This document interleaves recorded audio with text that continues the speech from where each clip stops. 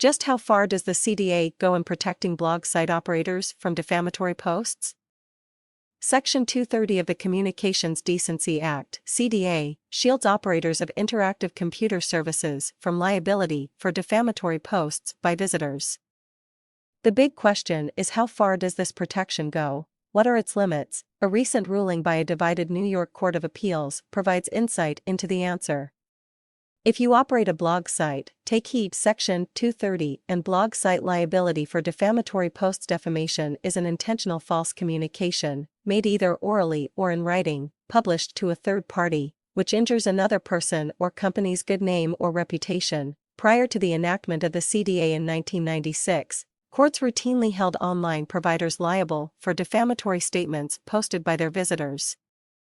Liability was based on a theory that viewed the online provider, which provided the medium for the defamatory statements, to be essentially the same as a publisher or speaker of the defamatory statement. Congress came to the rescue in the form of Section 230 of the CDA, which provides, "No provider or user of any interactive computer service shall be treated as the publisher or speaker of any information provided by another information content provider." 47 U.S.C.A. SEC 230, c. This means two things for blog site operators. A blog site operator will be shielded from liability for defamatory posts by others, i.e. another information content provider. However, if the blog site operator makes the defamatory post himself or herself, then the blog site operator will not be shielded from liability. New York Court of Appeals decision. The New York Court of Appeals case generally followed the typical fact pattern of a CDA Section 230 case.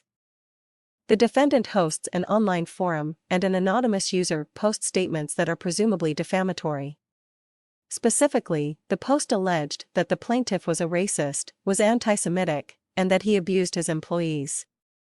If these were the only facts, Section 230 would clearly shield the forum host from liability. However, additional facts caused the case to be a close one. Specifically, the plaintiff is an executive of a real estate company, and the online forum defendant is a direct competitor of the plaintiff, and the defendant forum administrator reposted the statements as a standalone post together with a new heading and some additional comments. The plaintiff argued that the Section 230 shield from liability should not apply because the defendant forum administrator should be liable as if he had made the alleged defamatory statements himself.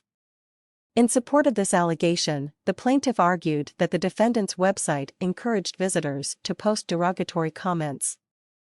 In addition, the plaintiff argued that the reposting by the forum administrator amounted to unprotected statements by the forum administrator himself. The court ruled in favor of the defendant forum administrator, finding that Section 230 provided the liability shield, despite the additional facts. However, a strong dissent authored by the Chief Judge indicated just how close this case was. Conclusion: blog site operators should take comfort that CDA Section 230 provides a shield from liability for defamatory statements made by visitors. The New York Court of Appeals case was a very close one that easily could have gone the other way in another jurisdiction, given the additional facts.